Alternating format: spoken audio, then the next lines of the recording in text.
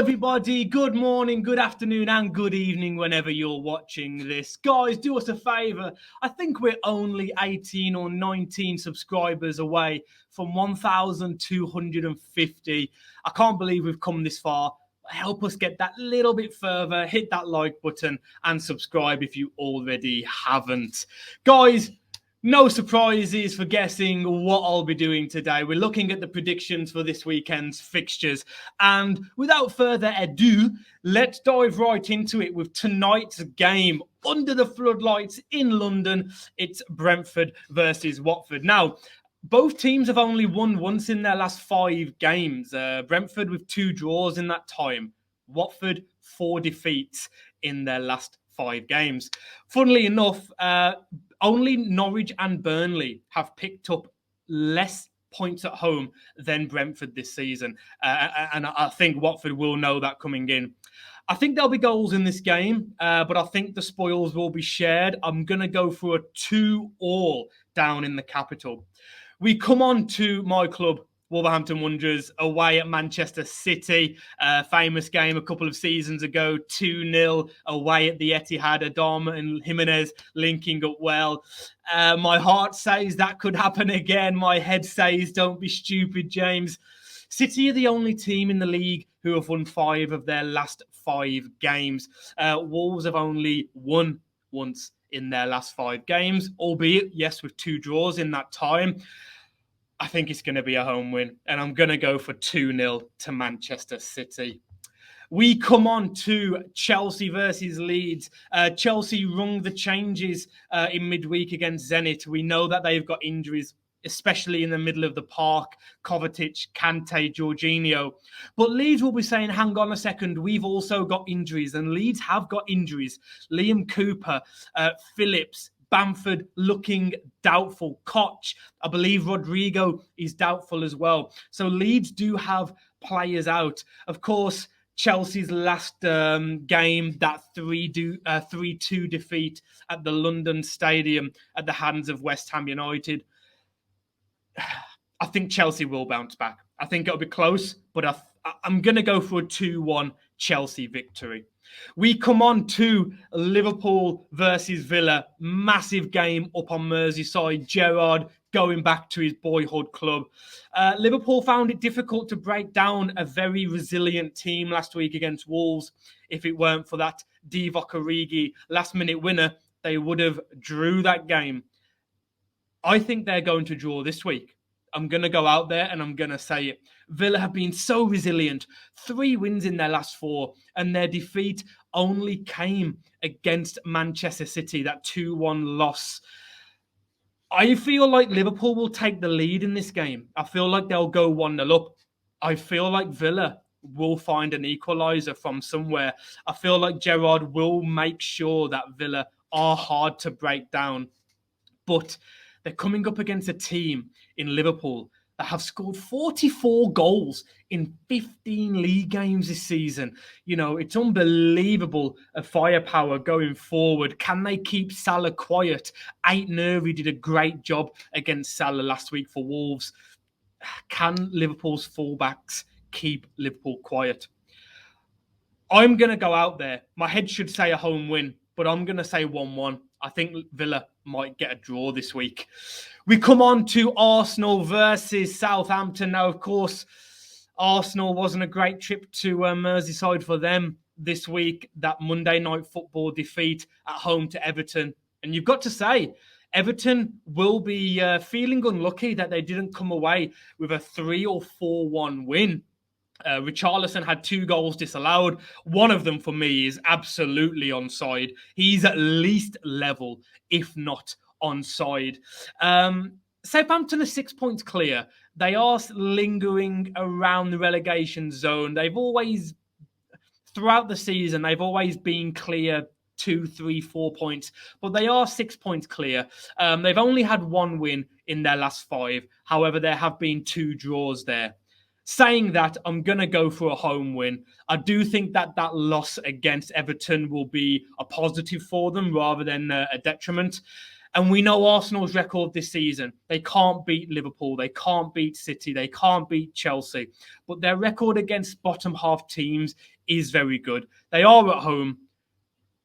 I feel like Arsenal will brush aside Southampton pretty comfortably this week. Sorry, Southampton fans, but I feel like Arsenal will get a 3-1 win. That might sound stupid, but I feel like they'll come out all guns blazing.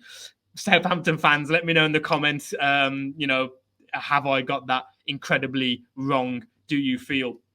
We come on to Carrow Road, Norwich versus Manchester United. Now, Norwich have only lost once in their last 5 games, and that came at a 3-0 defeat against Spurs. Manchester United, Ralph's at the wheel now. Everyone's saying that United have turned the corner. They can see what Ralph's doing. He's changing this and he's changing that.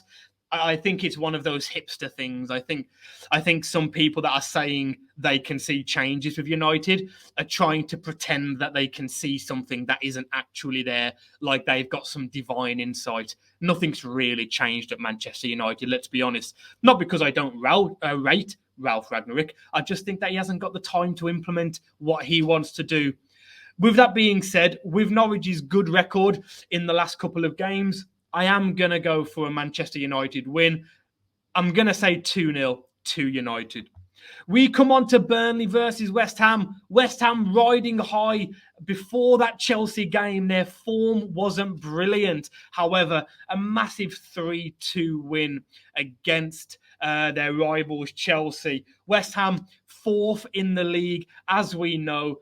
Burnley's last outing, that massive game at St. James's Park, a 6-pointer in November. Some people don't think that you can get them. I do. Listen, it doesn't matter whether you're playing a team on the first game of the season or the last game of the season. If they're in and around you, that's a 6-pointer.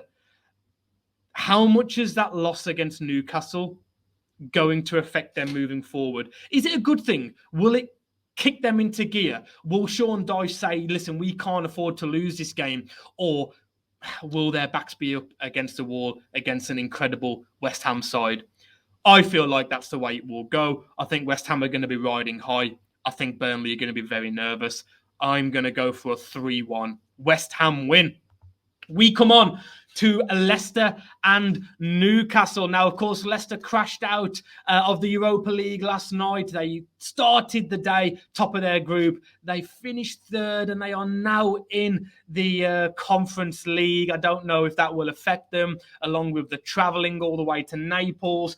Leicester have only had 1 league win in their last 5, and that came against their old club manager, Ranieri, and Watford. I do see signs of change at Newcastle. I think they're a lot more organised going forward. I know that they kept a clean sheet against Burnley, but I do still see those frailties for Newcastle at the back. Their performances have been slightly better. I have to go for a home win, though. I just think player for player, Leicester's quality is better, and I think they're going to be so focused on the league now. I'm going to go for a 2-1 home win to Leicester. Last game of the weekend, it's Palace versus Everton. Palace were riding high at the start of the season with Everton. You go back 5 or 6 games, and Palace were one of the informed teams in the league, occupying that 7th, 8th, 9th place in the league. They've fallen off now, 14th in the league, 6 points still clear of the relegation zone, but they've only had 1 win in their last 5, 0 wins in their last 4. 1 draw in that time. And as we mentioned earlier, Arsenal's defeat at Goodison Park, Everton will be riding high off that. Richarlison is back in the fold now. We know how good he is and how instrumental he is to the way that Everton play. That being said, I don't think either team are going to win this game. I'm going to predict goals. There's been rumours this week that Luca Digne has fallen out of favour heavily with Rafa and wants to move away in January. I think it's going to be a draw. I really do. I think that both teams are going to share the points this week, and I'm going to go for 2-2. Guys, as you know, or maybe you don't know, Brighton and Spurs are meant to play this weekend. Massive COVID outbreak in the Spurs squad, so that game has been postponed probably until the new year now, maybe February. Guys, let me know in the comments, have I got any of your team's predictions drastically wrong? Or have I predicted all of them to be correct? Let me know.